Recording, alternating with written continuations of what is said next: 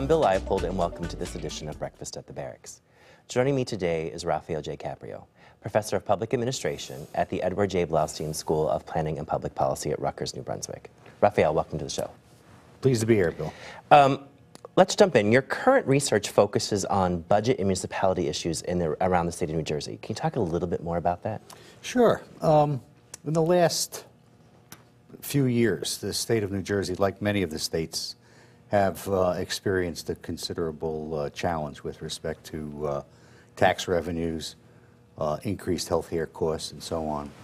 And there's been a significant amount of attention to how we might deal with the challenges of increasing governmental costs. Right. What we found is that in New Jersey, there's a considerable lack of understanding of how complex that really is. For example, there are almost 2,000 taxing districts in the state of New Jersey. You've got 566 municipalities, almost 600 school districts. You've got almost 500 authorities, a couple of hundred special taxing districts, and there are almost 20,000 elected officials. So when you look at the issue of the cost of local and county government, including school expenses, it really is relatively complex. And surprisingly, until this point, because of a lack of easily available data, there is no real sense of what does it really cost to run government in the state of New Jersey. So one of the things we're trying to look at is how different municipalities provide services, whether the range in services that they provide. It's not uncommon, and most New Jerseyans are well aware of this. You can have two municipalities right next to each other providing very different things. Right. Some collect garbage, some don't. Some have parks and recreation programs as part of their property tax, others don't. So the idea of what's the cost of government becomes very complex because you're talking about almost an infinite range of different services that the varying governments, county governments provide throughout the state. Well, let's talk about this. You talked a little bit about that it was difficult to get the budget and the information. So it sounds to me like you're trying to get that information, but then trying to compare across county, it's not comparing apples to apples. It sounds like it's kind of comparing apples to potatoes. Yeah, absolutely. And there are a lot of misnomers. For example, in New Jersey, the focus is on the property tax because that is where we filter most of our resources through. A number of studies, when you look at the total tax burden of New Jersey taxpayers, it's actually not first or second in the country. It's somewhere between 17 and 25, depending on which of the studies you'd like to believe. All right. Now, as a state with either the highest or second highest income, a tax rank of about 17th is not so bad. The problem we have is that it all seems to get focused on the property tax.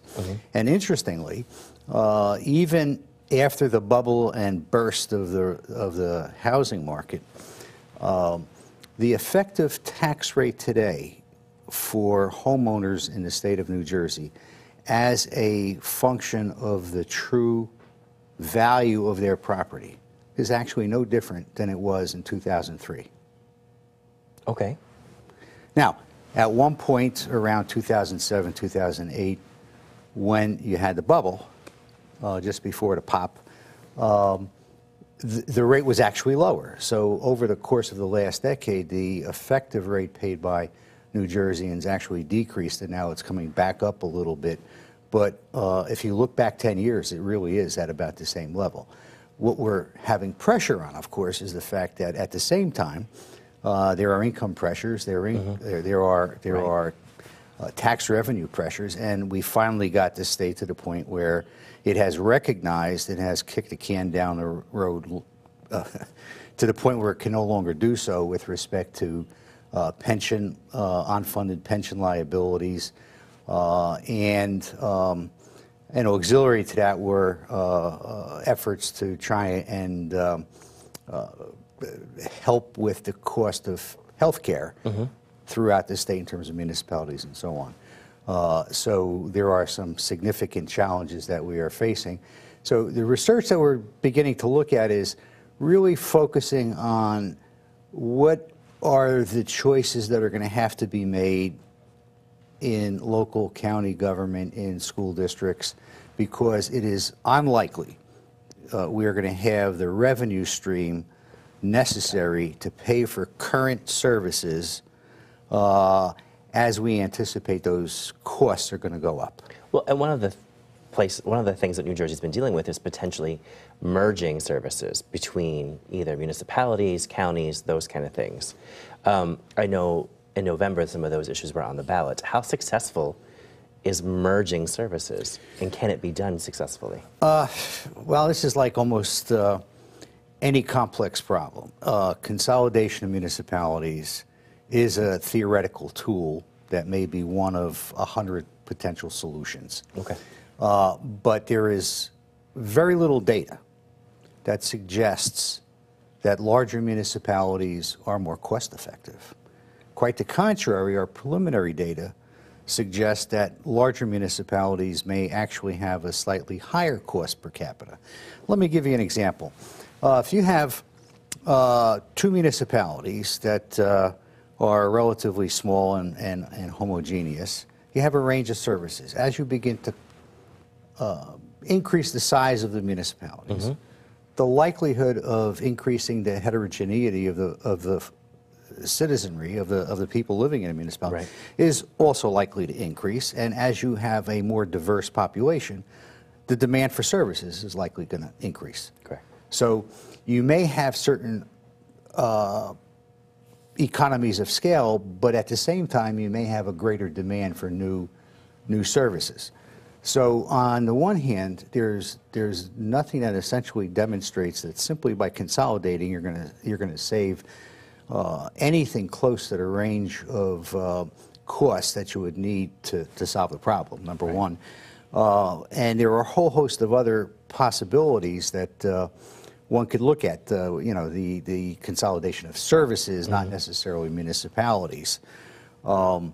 Interesting, in California, there's a group of municipalities, the California Contract Cities Association, where in order to be a member, one of the things that you have to do, it's probably the only thing that you have to do, is to actually share police services.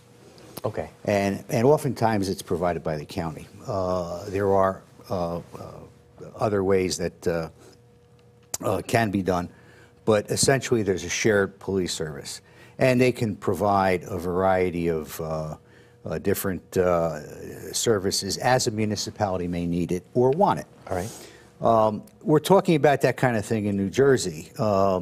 We have some counties now playing with implementing countywide dispatch, for example. Okay. The interesting difference, though, is that we think of it as, well, if we aggregate it up, it'll solve the problem, essentially then providing the county with a monopoly.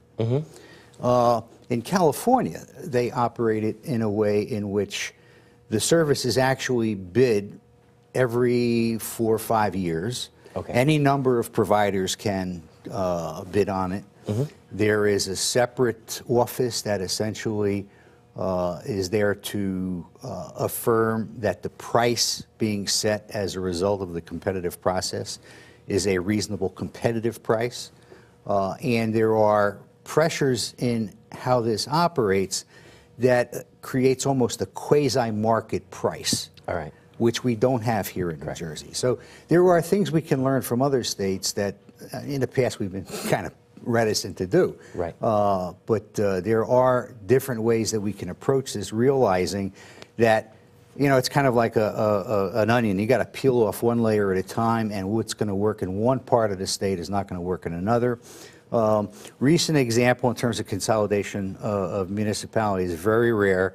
The Princetons, this last November, voted after several attempts going back probably 35 years to consolidate, and you've got two communities that most people would suggest would be, well, this is a drop-dead simple kind of thing, and yet it took them more than 3 decades to achieve consolidation. Well, let's talk about that, because when we talk about this idea of consolidation, it sounds on the surface something you would see simple, like you said before, would be easy to do, especially when you're thinking about corporations. But then there are the ideas of politics.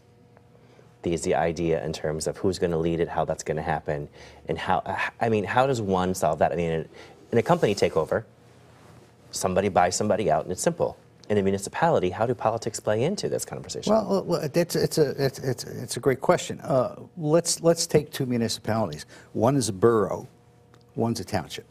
And the difference? Different forms of government, different structures. Now you have a larger governmental structure.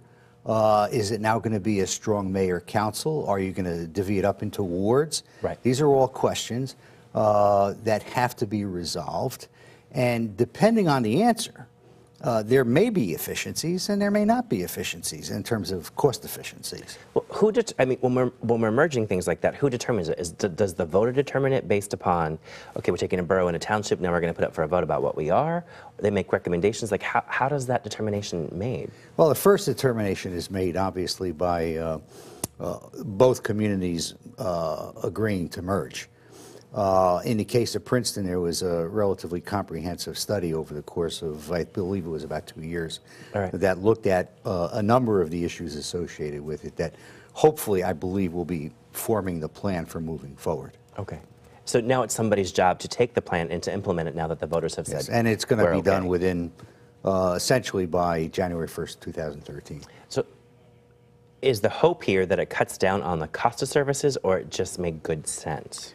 Well, or a little bit of both. Okay. A little bit of both. A good example of, and it's used by a colleague of mine, height of governmental insanity, snow plowing. Right. You know, you have a county road. So you have the municipality plowing its streets, gets to a county road, the plow is lifted, goes across the county road, comes down, continues the plow. Yep. The county plow comes down the street, plows everything into the intersections, you know, that has undone everything that's been, we have to look at things, I think, a little bit more rationally in terms of how can we achieve, if we can't even achieve efficiencies in snow plowing, are we even up to the task? Well, and the reason I asked that question is because what's interesting to me is that there is this call from the governor's office about consolidation, pull these things together, but as we just talked about in Princeton, took 30 years to figure it, took a long time to figure it out. And so it seems simple on the face of it, but what you're saying is it's much more complicated. Oh, it's definitely much more complicated, particularly since the state, well, first, there's no evidence that consolidation, if it were achieved in and of itself, would reduce costs, number one.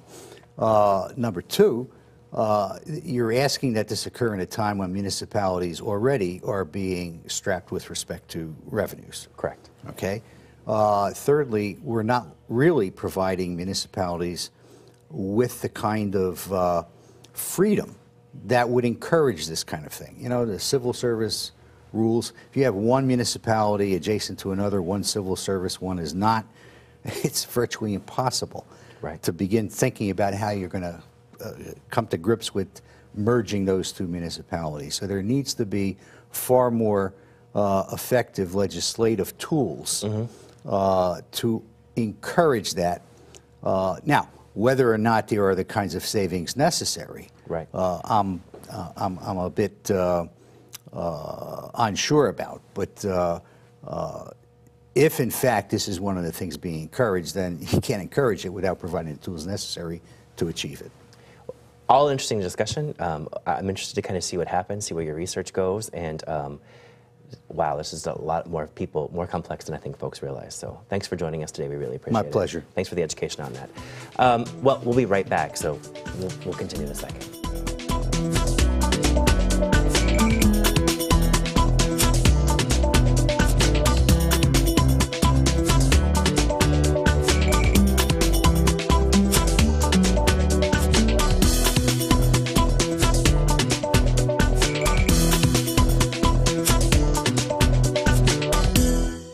Welcome back. back. I'm Bill Leipold. And joining me is Kim D Butler, Associate Professor of History and Africana Studies at Rutgers, New Brunswick. Kim, welcome to the show. Thanks for having me. I'm glad to have you. Your research focuses on African diaspora. Can you give us an idea about what diaspora is? Well, diaspora is a very specific kind of migration where we tend to think of migration as people going from one place to someplace else. Correct. With the diaspora, you have people coming from a common homeland to many, many different places. It's a scattering. Okay. And what makes it unique is that they don't just go and assimilate, but they create communities amongst all of those other scattered migration groups and with the homeland. So you really have a very transnational kind of community formation, and it's something that we've come to be more and more aware of in modern history. And so a lot of groups experience diaspora, and I study the African diaspora. Now, you also study African and Brazilian diaspora, correct? I studied the part of the descendants of Africa that went to Brazil because of all the places that African people went, more went to Brazil than any other place. Oh, really? Yes. So Brazil actually, during the Atlantic slave trade, about 38% of all of the different people that left wound up in Brazil. And today, it's the largest population of African descendants outside of Nigeria. Oh, I had no clue. So, in terms of the transatlantic conversations, so we have Brazil, other places, Central America, Latin America, U.S. I mean, is up and down? Well, you know, during the slave trade, Africans came to every part of the Americas. As a matter of fact, for the first 300 years of the slave trade, 4 out of 5 people coming to the Americas came from Africa. And only about 5% came to the United States. So the vast majority went to places like Brazil, went to places like the Caribbean. They were in Mexico. They were in Buenos Aires, Argentina, had an African majority for many years during the colonial period. So when we think about the history of the Americas, sometimes we forget just how African that history really is. Speaking of that, I know this summer you took an exciting trip. So I know you had gone to Cuba, so can you tell us a little bit about that? Well, fortunately, there are opportunities now for scholars to travel to Cuba, and there was a seminar being held on the experiences of black women in Cuba around the time of the revolution.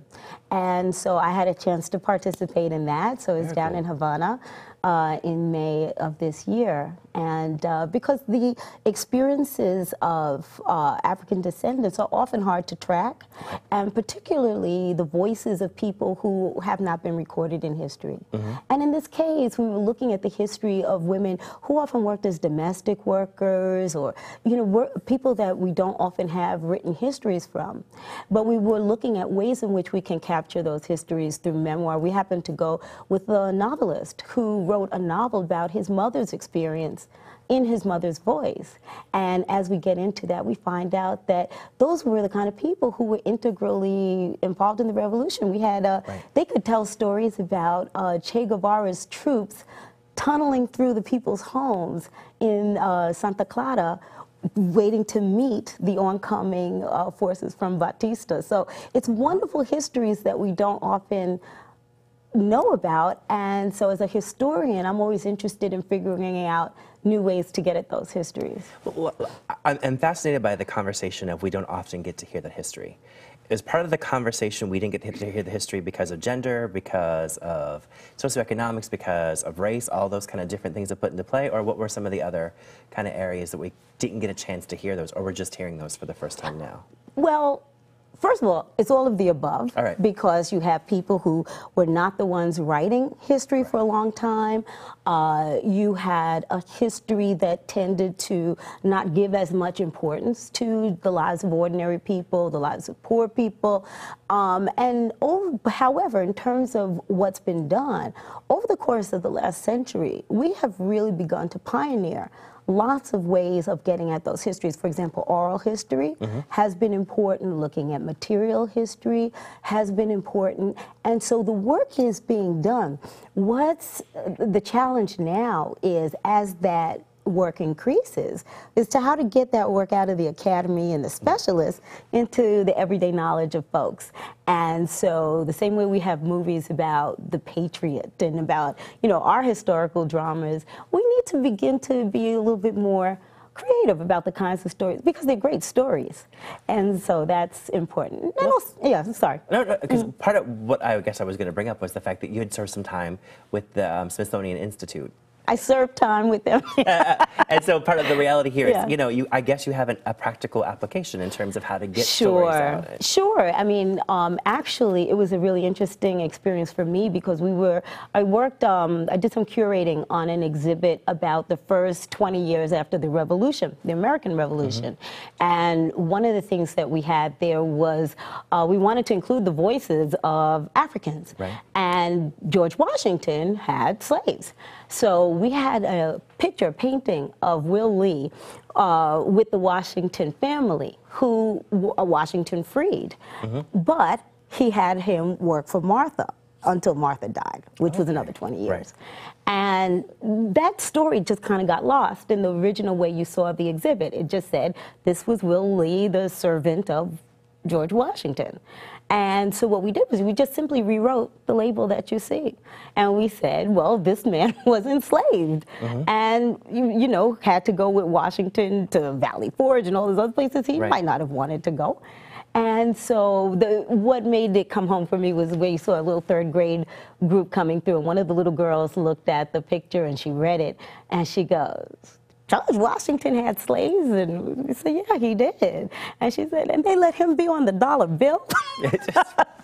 It's, you know, because it's out of the mouths of babes, so to speak. It's just stuff, we have to look in different ways and just really, you know, come to grips with our history and all of its complexities. I know you're working on a new course for spring. Yes. You want to talk a little bit about that course? Well, I'm doing, this one is not going to be taught this spring. I'm doing a course called African Diaspora Cultural History, where we look at all of the religious culture, the dance cultures, the music cultures that make up Black cultures of the Americas. That's going to be a new one coming next academic year, but there is a course that I teach called the Afro-Atlantic Diaspora, which focuses a little bit more of the history, but again, that interconnected history of people of African descent in the Americas, because we do share many of the same types of stories. Right. Any other new research that you're working on now? I know you just told me you were traveling a great deal this semester. Yeah, I was. Well, it's still fairly early stages, but I am just starting a project on the Black carnival groups of northeastern Brazil, where back in the 70s, they sort of came out of the consciousness movement that was really going around the world in terms of Black power internationally. Right. And the same way we had it here with James Brown and the Bell Bottoms and the Panthers, we also see that in other countries like Trinidad, like Jamaica, and Brazil. And one of the ways it was expressed was through Carnival, which is very popular in Brazil. I was going to ask, do you want to explain to our viewers what Carnival is? Well, Carnival takes place it's the equivalent of our Mardi Gras. Takes place right before Lent begins, and all your wildness, but it's also a chance for people to just express themselves culturally in a diverse number of ways. And what the people of the city of Salvador in Brazil did was they connection to their African past and also to the global community of Black people who were really struggling to make their lives better in the face of a real persistent racism and inequality. And so to try to overcome those things like, you know, negative, you know, aesthetics that did not celebrate who we are. So all of those things started to take place in the 70s, and so I'm going to be writing about that. Well, how did they express themselves? When you talk about express themselves, was it through poetry? Was it through dance? Was it through costume? Was it through playwright? Or all of the above kind of thing? Well, in Carnival, groups have themes, and they parade with costumes and floats and songs that all tell a story. And what these groups did was they began to tell the story of different African countries and bring in history. So, for example, the first year I was in Brazil, one of those groups was talking about Egypt, and many people had not heard, they hadn't learned in school about the African roots of Egyptian culture. That is African classical history. And they did not know about it. And so people would take the stories of Horus and Osiris and whatnot and work them into songs. And so they became popular songs, and people would put costumes on that spoke to the Egyptian past, and they would parade and tell those stories in the festival portion of Carnival. And it is a way for people to connect to history, but also to a sense of pride at being Africans with this very rich history as they paraded and had fun in the streets. And so it's just a real creative look at how people can express politics and change people's consciousness and do education, street level education. No, here's for me, is it much more looking at pictures, collecting stories? I mean, it seems to me like that would be kind of like a larger neighborhood conversation. You got to get in there on the ground. You have to talk to some. I will be doing interviews with people who were part of those organizations, people who wrote the poetry, people who created the dance forms and the music forms and participated in a number of ways. But then you also have to set it in the larger history of what was going on politically at the time, what was going on in terms of the economy, and those kinds of things as well. So historians, we work slow sometimes because there's a lot to do. I was going to say, because those conversations and those interviews must be, you know, kind of priceless. You get to hear all that information firsthand. Right. And oral history has always been important in my work. So yeah, it's a wonderful resource to have if you can get it. All right. Well, you know what? Our time's up already. Okay. That went so fast, and I appreciate your time being here. Thanks again. Thank you so much for having me. No problem. Well, that's all we have for this time on this edition of Breakfast at the Barracks. For more information about any of the subjects we've discussed here today, please visit our website at rutgers.tv. For all of us at the Rutgers Division of Continuing Studies, I'm Bill Leipold, and thanks for watching.